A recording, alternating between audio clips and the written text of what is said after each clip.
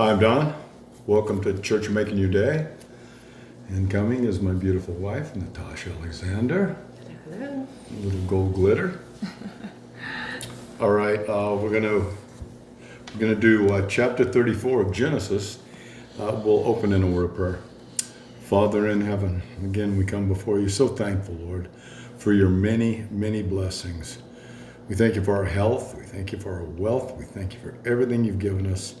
And we just ask you right now to open our minds, and open our hearts, and open our spirits to receive your word with understanding, Lord God. In Jesus' name we pray. Amen. Amen. Amen. Got anything to say? Yes. I bet you do. Never without some words, right? A very interesting chapter. We're all going to remember that Bible is our instruction to life, sending to us from God, because without that, we totally lost. We don't know what to do. We do not know how to act. We don't know how to take challenges that life presents us. And for that reason, we go into Bible and go into God's instructions, because at the end of the story, we want those pure, white, beautiful garlands. You got it. And we want that eternal life with God. Right. So this chapter will teach us about purity of your heart, about that shows through your pure intentions. Why? Because all of this creates this high energy of God that we talk about, those beautiful white garlands. So we're going to learn, let's say, what is circumcision versus faith in God? What is physical versus spiritual? What is man-made laws versus God's guidance? So let's say you visit your church once a month versus your internalize the God guidance that is written in Bible, and then you implement them into your everyday life. And also in our everyday life, there's always, absolutely always interference of evil, right? And what is evil? Well, evil, those are challenges that comes to your life and you need to handle them. And why do we have that? Why in every situation we have to face this? Well, because it gives you a chance to internalize and exercise your free will that God gave you, or given to you by God, and your faith. And whatever is coming from God is all for your good. All the challenges, all the situations, all the opportunities, everything that comes to you in your life is to make your soul better, the condition of your soul. Right. So that is beautiful, and that's exactly what we're going to learn in chapter 34 of Genesis today. You know, it reminds me, I've heard an analogy before a few years back about, just kind of like, well, what do you mean Bible, Well, what about like that refrigerator over there? When you buy a refrigerator like that, or a stove, or a car, you know what it comes with? It comes with a manual, right? Let's say your car. Now, obviously, you should have a mechanic's manual if you're if you're getting serious, right? But to do any little thing in your car, let's see, how do you set the radio? How do you set the, whatever it is in the car?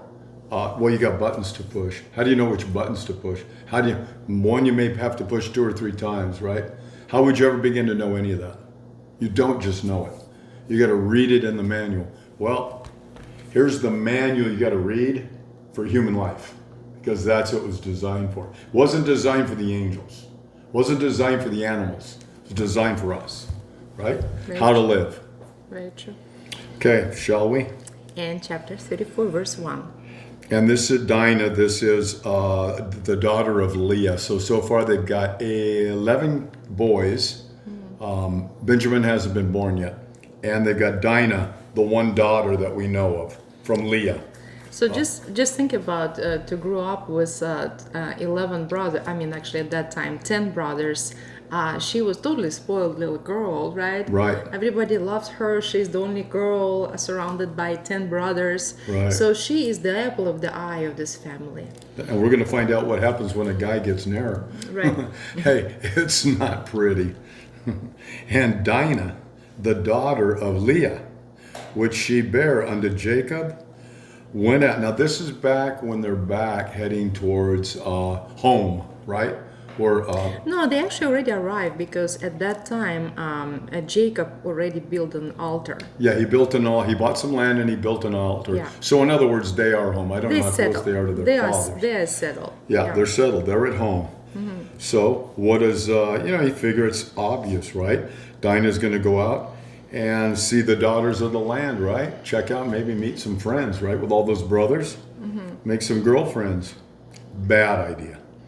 And when Shechem, the son of Hamor, the Hivites, prince of the country, if he's the prince, what's his father? The king. Saw her.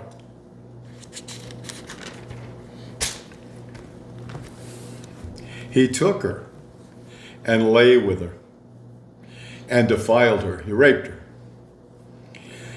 And his soul clave unto Dinah, the daughter of Jacob. And he loved the damsel and spake kindly unto the damsel, which we know, the apple doesn't fall from the tree. Rebecca, gorgeous woman, right? Sarah, gorgeous woman. That's why they had to kind of pretend they were brothers and sisters, right? Because men see these women and they drop dead, right? And Shechem spake unto his father Hamor, saying, Get me this damsel to wife. And Jacob heard that he had defiled Dinah his daughter. Now his sons were with his cattle in the field, and Jacob held his peace until they were come. Wanted to discuss it with the boys. Yeah. I'm sure they're adults now, pretty close, right? And I'm going to stop here for a second, just for you to understand what area they are in, right? So they on the way decide to settle, but this is not the land that belongs to them, right? This is a land belong to certain king, and here they are in this land trying to do whatever they need to do with their own life, right? So and this situation happened, right? So his girl get raped, and she's not just got raped, but as you're going to learn later, she was even captured in the palace of this the prince, king and the prince, the prince of this kingdom. So she is captured in his harem. I assume he has many wives, most likely, and she's right there with them. One of them, right? One of them. And just to understand a little bit better what happened when lineage, where the Christ supposed to come from, started mix with Gentiles, or started mix with anyone who is not from the pure lineage. Because remember, we also have interference from the fallen angels all the time. So Satan somehow, he always tried to interfere with a woman, right? Because from the woman we expecting Christ to come later. So this is the whole idea, right? So for that reason, we're going to go right now to Judges 14:1 and to 14:4 to read what happened when similar situation happening with Samson and Delilah, and what is the results of this marriage that wasn't blessed by parents and wasn't blessed by God. What was it, baby? Judges what? Judges 14:1 through 14:4. 14:1 through 4. Okay.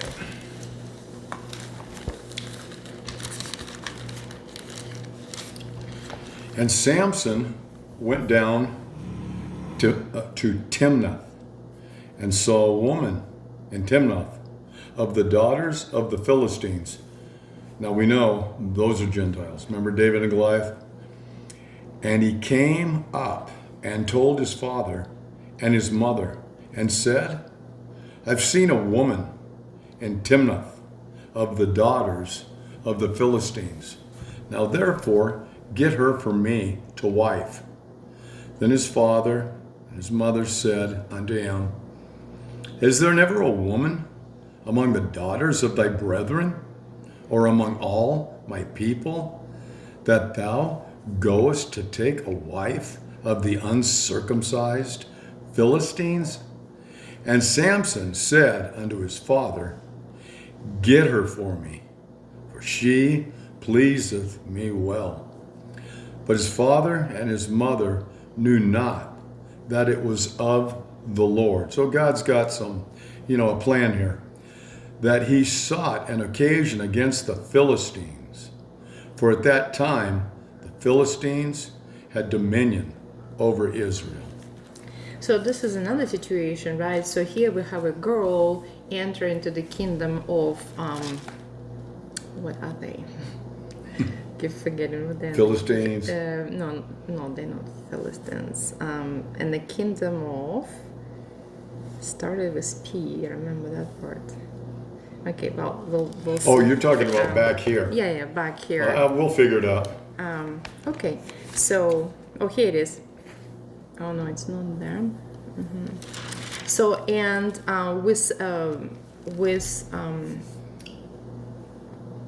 Delilah, with Samson and Delilah, it's kind of reversed, right? So boy is seeking After the for girl. the girl in some other areas that is just his family.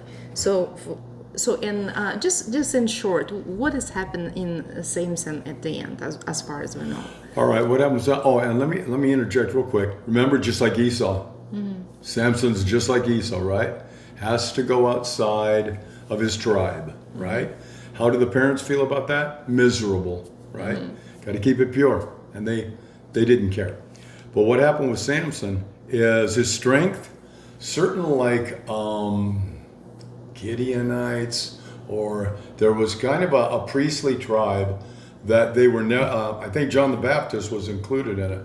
They were never to cut their hair. I don't think John the Baptist was in that part. But Samson, he was a priest that could never cut his hair and never drink of the wine, right? No wine, no haircut, okay? So he gets Delilah and she says, well, she's working with her people against Samson. She's deceiving him. I'm sure she was a prostitute. But anyway, she said, what's your secret? He says, the secret to my strength is bind me with brand new cords, right? Brand new ropes, big, thick ropes. And if you do that, you've crushed my power. Because you'll find out, if you read, very interesting, Samson killed 1,000 Philistines with the jawbone of an ass, right?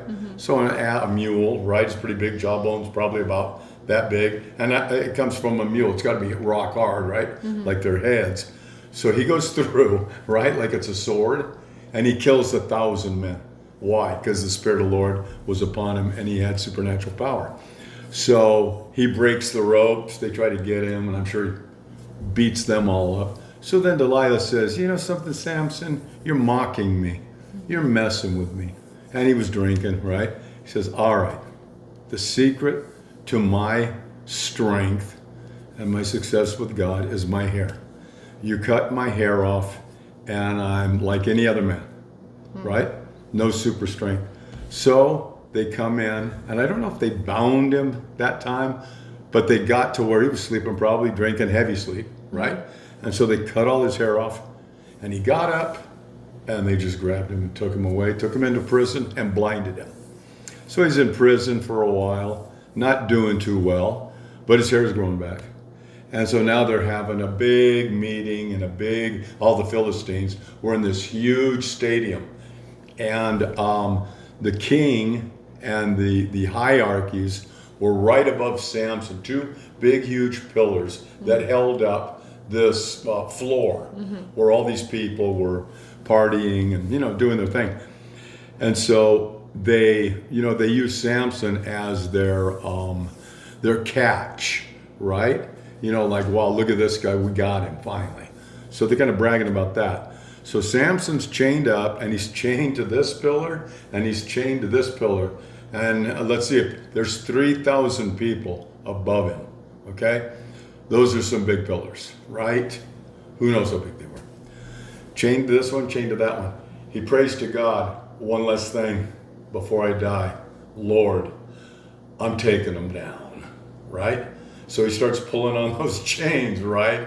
And pretty soon, those pillars are starting to crack and starting to move. And then pretty soon, kaboom.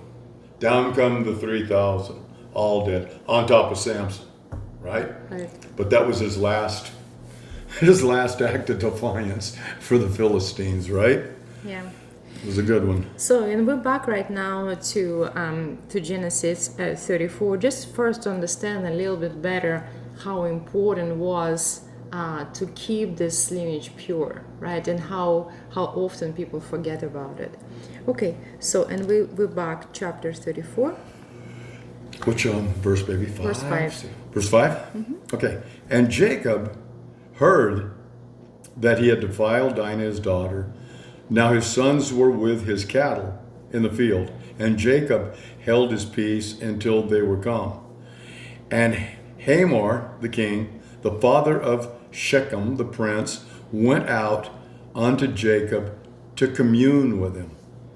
And the sons of Jacob came out of the field when they heard it. And the men were grieved, and they were very wroth, because he had wrought folly in Israel, in lying with Jacob's daughter, which thing ought not to be done. Rape and murder are punishable by what? Death. Oh, that's extreme. Well, what about the rape person? How do they feel about it? What about the murdered person? How do they feel about it? Right? They don't like it. And when you kill them, what happens? They stop doing it. It's the best deterrent to crime there is. Okay? And Hamor communed with them, saying, the soul of my son Shechem longeth for your daughter. I pray you give him to wife. And make ye marriages with us, and give your daughters unto us, and take our daughters unto you. Right? Exactly what God hates. Yeah, because in this case, remember Satan trying to mix everything up, Yep. and not to keep pure lineage from what lineage Christ is going to come. So that's basically his plan. Right. Completely opposite from the God's plan, right? Yep. That's why did Noah's Ark happen? That reason alone. Right. The fallen angels who wouldn't come through the water of a woman to be born, right, innocent, they instead came down and seduced women. Why? To mess up the lineage. That was the only reason. Right. Okay. And make ye marriages with us, and give your daughters unto us, and take our daughters unto you. One big happy family. And ye shall dwell with us, and the land shall be before you. Dwell and trade ye therein, and get you possessions therein. And Shechem said unto her father, and unto her brethren, let me find grace in your eyes, and what ye shall say unto me, I will give. Ask me never so much dowry and gift, and I will give according as ye shall say unto me. But give me the damsel to wife. And the sons of Jacob answered Shechem and Hamor, his father, deceitfully. What does that mean? They're lying. Thought you weren't supposed to lie. Well, sometimes you got to. And said, because he had defiled Dinah, their sister. Depends on who you're dealing with. And they're dealing with the devil. And they said unto them, we cannot do this thing, to give our sister to one that is uncircumcised. For that were a reproach unto us. But in this will we consent unto you, if ye will be as we be, that every male of you be circumcised, then will we give our daughters unto you, and we will take your daughters to us, and we will dwell with you, and we will become one people. So are they really understood what is behind the circumcision? No, they didn't. They thought it's a simple physical act. It's like, okay, let's everybody have tattoos on your forehead, right? Right. Or let's have rings in our noses or 666. right? Or let's have whatever in our body. So Right. all of us to be together, kind of identified by that, right? Right. So this is how they took circumcision. They did not take circumcision as a covenant with God and basically the faith part that behind of the circumcision, but they took circumcision just something that they thought identified as people, and here we are, right? And we can all be one big happy family. Yeah. And we can steal all your possessions. It's 17.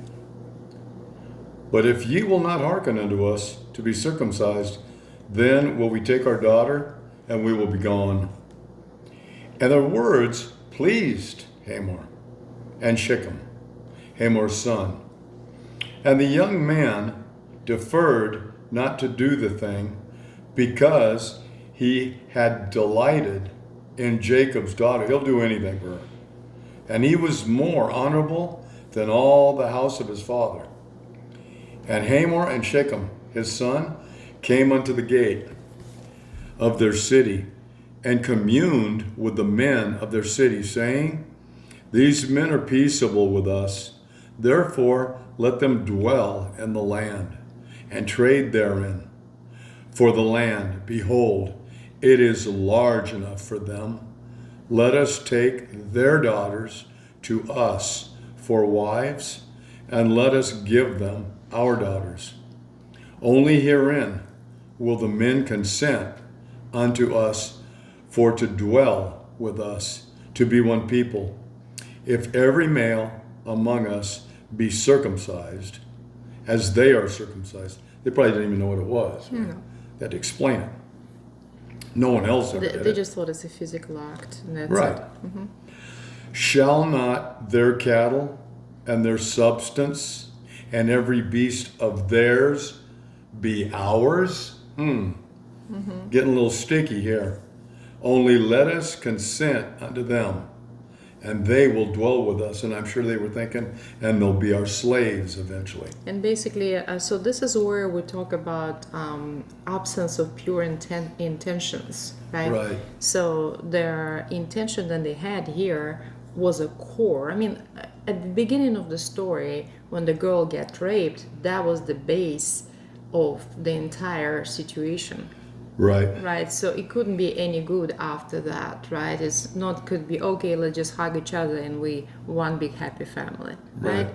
So the core, so you have to understand that in your life, right? What does it teach us? Well, in your life, what are your intentions? Where your heart is? Is there purity in your heart?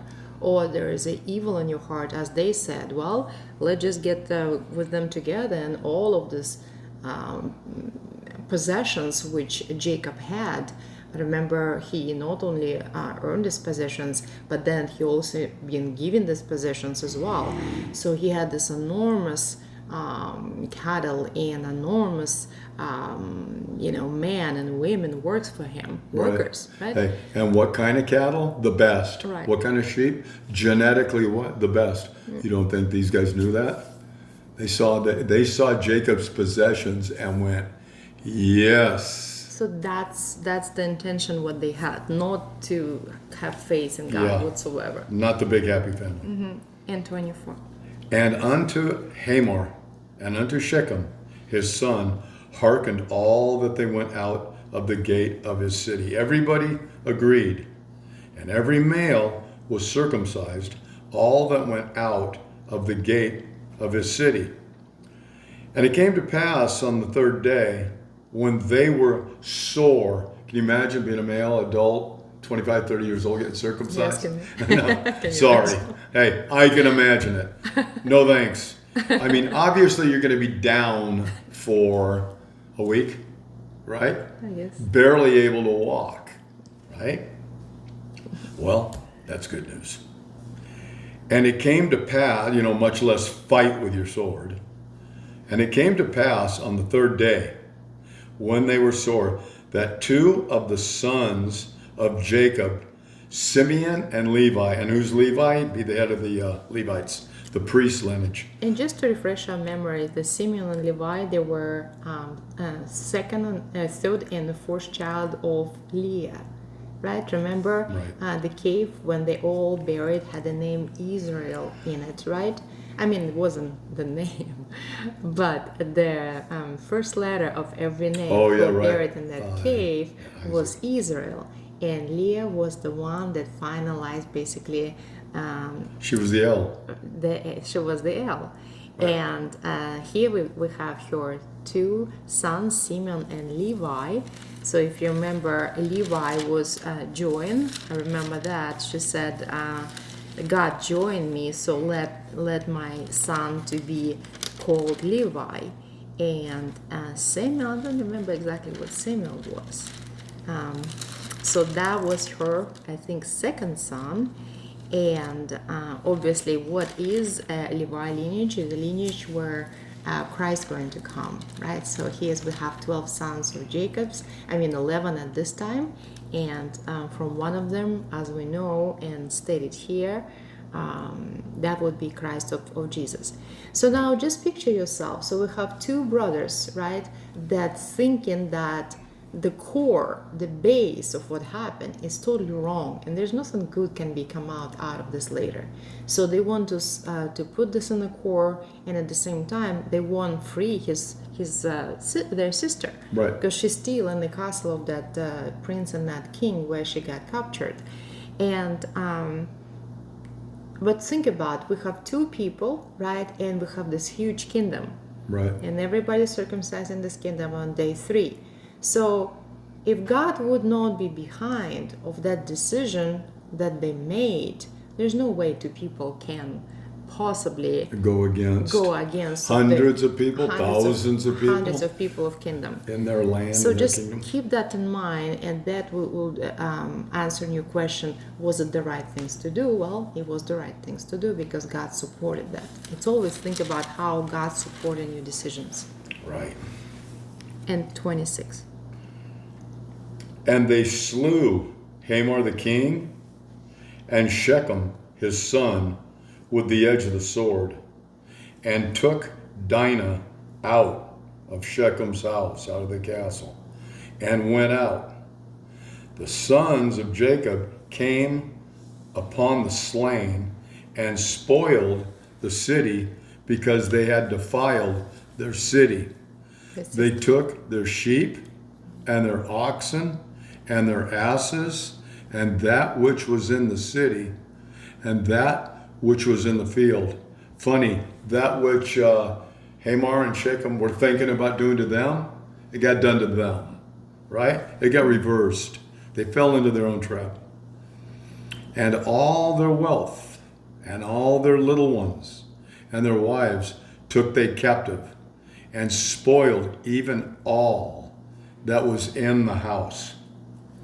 And Jacob said to Simeon and Levi, Ye have troubled me to make me to stink among the inhabitants of the land. Everyone's going to hear about it. You wiped out this whole kingdom. Who are you? Where'd you come from? You going to wipe us out? Mm-hmm. Probably. Among the Canaanites, and the Perizzites. And I, being few in number, they shall gather themselves together against me and slay me. And I shall be destroyed, I and my house. Now there's one more verse, but I want to say, okay, how did Jacob handle Esau? Kind of paranoid, right? Or was God in the equation? What did God tell Jacob? Go back to the land of your parents, of your fathers, right? I don't think he was paranoid. I think he realized that he'd done wrong and he repented. Yeah, he was kind of felt a little guilty about Esau. But he's still, the way he's putting things up, my Lord, he's going crazy calling Esau Lord. Esau wasn't his Lord. Esau was his brother. Brother Esau called Jacob brother. But all Jacob is doing is Lord and bowing to him. He is, sweetheart, he is showing his deepest respect to his brother, Right. which he should have. Right. In general. And this is not just his brother, they basically born together, they grew up together. Right. It just the closest family that he had. And he literally betrayed his brother by doing wrongly to him. And all these 20 years, it was hanging on him Right. heavily. Right. And so when he realized this and he repented and he just wanted to show how much he respects his brother as a brother, Right. as a family. Right. And right after that, when God came and he wrestled with Jacob, he was in so much joy. Why? Because Jacob did finally the right thing, that he cleansed himself. Right. And he was able to sustain with God as close as he was. Got his new name. Yeah, that was incredible. And God changed his name at that point, because he said, you're no longer the one who doing wrong, but you're somebody who is with God. Right. And that was just super powerful. Right. And here Jacob, I think what's really happened, but it's just my own opinion, of course, remember, this situation happened after Jacob already wrestled with God. By wrestling with God, Jacob received this enormous amount of pure white energy exchange with God. So in his understanding, he doesn't see power to be good. He sees to be in peace with everybody, right? So he sees this peaceful, loving, joyful soul as a God himself has, because at that time Jacob was almost like in alignment with God. It just happened, right? It just happened with Jacob. And then here he came in peace with his brother. And to see that his two sons killed the entire kingdom and the killing itself, the whole thing, what happened, instead of forgiveness, right? Instead of, okay, my daughter was raped, right? But as much as I can forgive these people. You don't have to stay in this kingdom. You can leave this kingdom peacefully, right? So for him to see as they basically killed the entire kingdom, that negative energy that fell on his heart, like he said, you sting, right? You basically downgraded me to the point, from the point where I was when I was in alignment with God and the way my soul was. So it's a very interesting things to understand, and very interesting things to face here, right? Because here's the situation. Mm-hmm. If it was some Joe Blow, then go kill Joe Blow, right? Wasn't some Joe Blow that raped their sister, worthy of death, period. No forgiveness. Zero forgiveness here. Okay? It's not about forgiveness. What's their law? Rape and murder are punishable by what? Forgiveness? No. Send them to me. Send them to me. I'm up here. I'm ready for them, right? Here's the major problem in the whole thing, mm-hmm. Okay? You kill the son. Well, and that's what you do. You go in and you kill Shechem, and now you're going to leave peacefully? You're going to kill the king's son of the kingdom, mm-hmm. and leave somehow peacefully? There's going to be major war. Well, because you'll also kill the king. If you're going to go into the kingdom, you're going to go into the castle, mm-hmm. and you're going to kill the son, mm-hmm. you got to kill the king. You just killed the people's king and prince. Well, what I'm trying to say is the action of two sons was the right action to do. Right. Because in other way, two of them, there's no way they would possibly to be able to do it, except God was with them. To kill all these males, but male. But the point is, when I'm trying to explain Jacob's reaction, mm-hmm. because his reaction was very different from their reaction. Right. And of course, at the very end, we're just going to read this last verse. They basically told him their perspective. Right. See, and they said, here's the last verse. And the brother said, mm-hmm. Should this uncircumcised Philistine heathen related to Goliath, right? And they said, should he deal with our sister as with a harlot, just another lady of the night, lady of the street, right? They don't matter. I mean, for the most part, Dinah matters, right? And of course, there will be for them sweet revenge, right? And you can kill them all. You can kill some of them. You kill some of them, you're gonna have major enemies after you, for sure, for real. So why not just do away with all of them, right? They had no use for them. Yeah, it definitely was a good lesson to other tribes that live surround this area, right? Because they would know that there is a strong power of God behind Jacob and his sons. Because another way, again, they would not be able to do it and defend themselves in such a way. Right. Yeah, because it wasn't like Jacob and all his men came in. Two kids, two boys. That's going to be known. Right. And they're going to go, beware of those people. Yeah. Period. So was this at the beginning start a very unpleasant event that the judgment came, and if we know Dinah name meaning judgment itself, right? So the judgment came upon.